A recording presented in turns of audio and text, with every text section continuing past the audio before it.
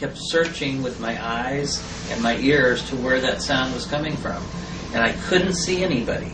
And it made me frustrated. It made me angry that I was sick, that I was in this condition, and that I couldn't find where the sound was coming from. So I kind of got up and surged ahead and fell down again, and got up and kind of surged ahead up the trail, maybe 75 feet from where I had fallen.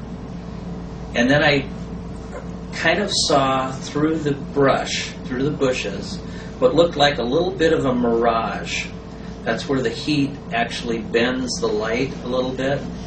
But that was kind of strange because there was such a dense tree canopy in this area that really didn't make any sense either. But nevertheless, it was there. It was happening, and I saw it. And it was the only thing that was moving. So I thought, well, maybe it's a person behind the tree. Maybe I'm just not seeing it clearly because I had fallen down so many times. Maybe I'd hit my head. I didn't know. So I just pushed myself to go to that spot and broke through some more brush and kind of fell down into a little ravine and caught myself before I actually hit the ground. And I realized I was touching something that didn't belong in the forest. It was a big black wedge-shaped thing. I mean, definitely not natural to the forest.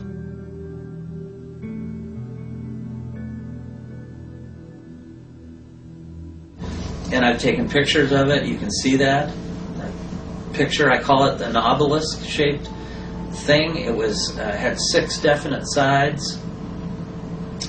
Definitely black, felt like granite or marble, and it was cold, like dry ice. In fact, I ripped some of the skin off my hand from where when I leaned against it and fell against it, it actually pulled the skin off the inside of my hand.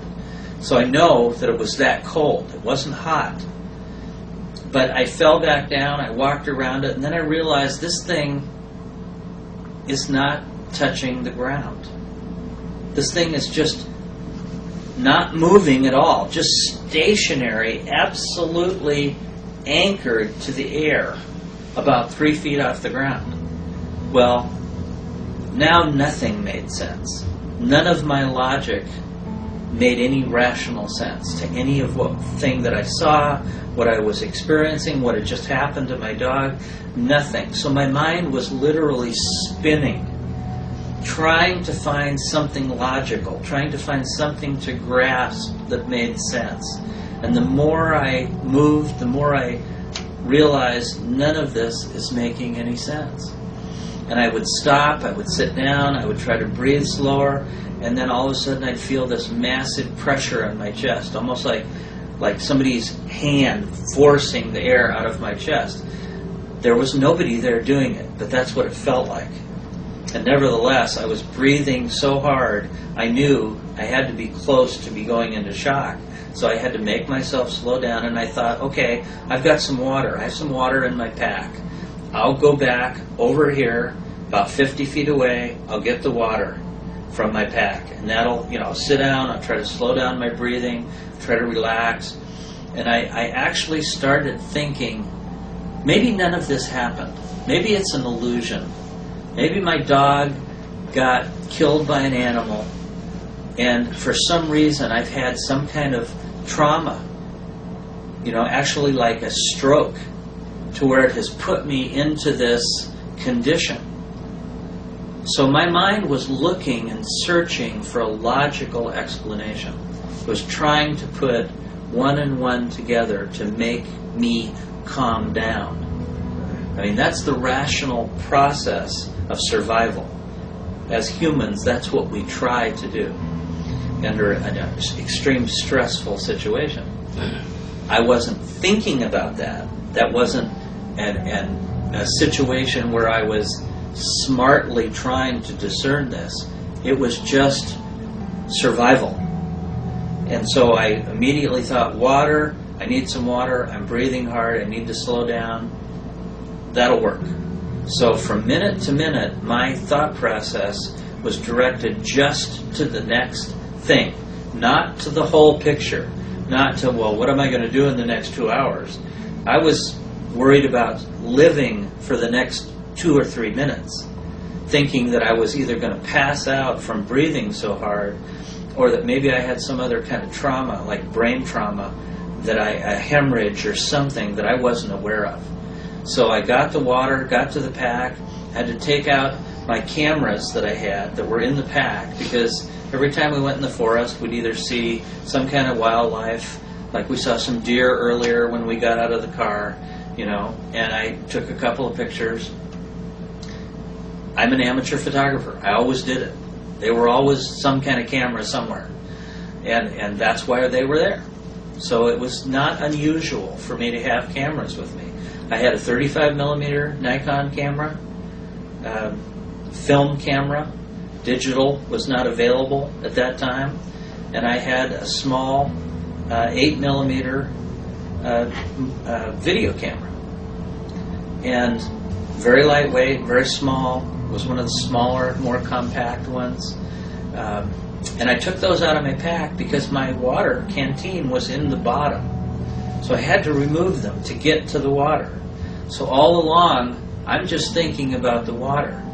And I'm drinking, I get the water out, I drink the water, and I start to relax, and I start to calm down a little bit. And while I'm sitting there, I'm thinking, cameras. My camera's here. I need to take a picture of this. I need to take a picture of this black thing. I need to take a picture of this because I don't really think it's there. I don't think it's going to be photographed because I think it's an illusion in my mind.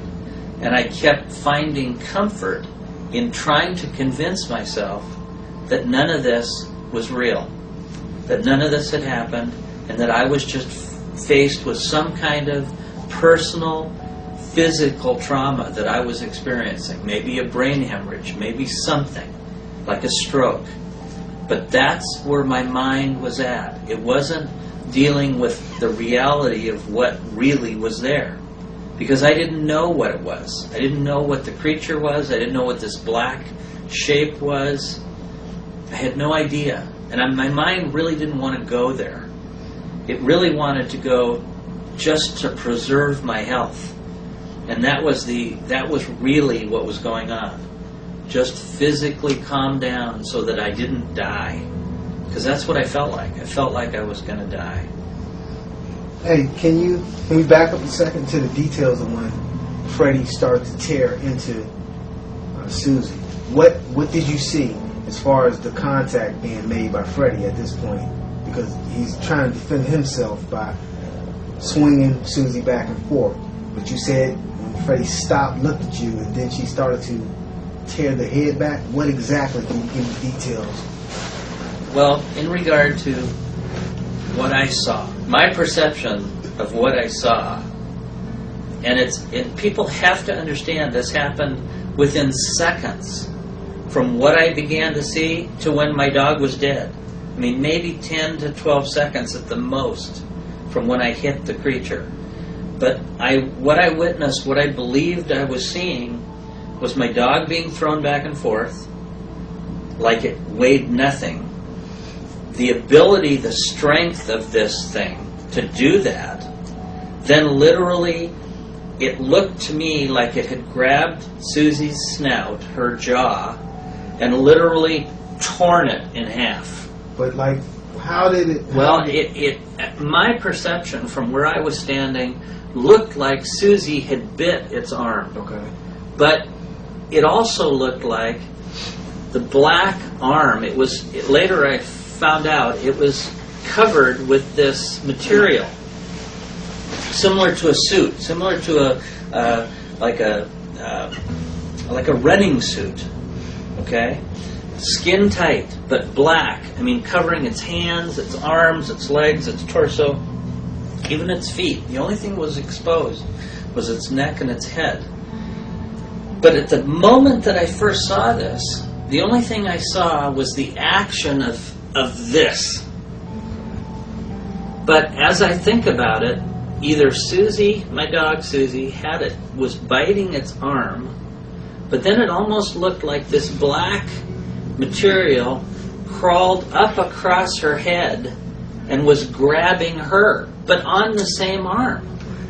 So, I wrote about this in the book, that it looked like another appendage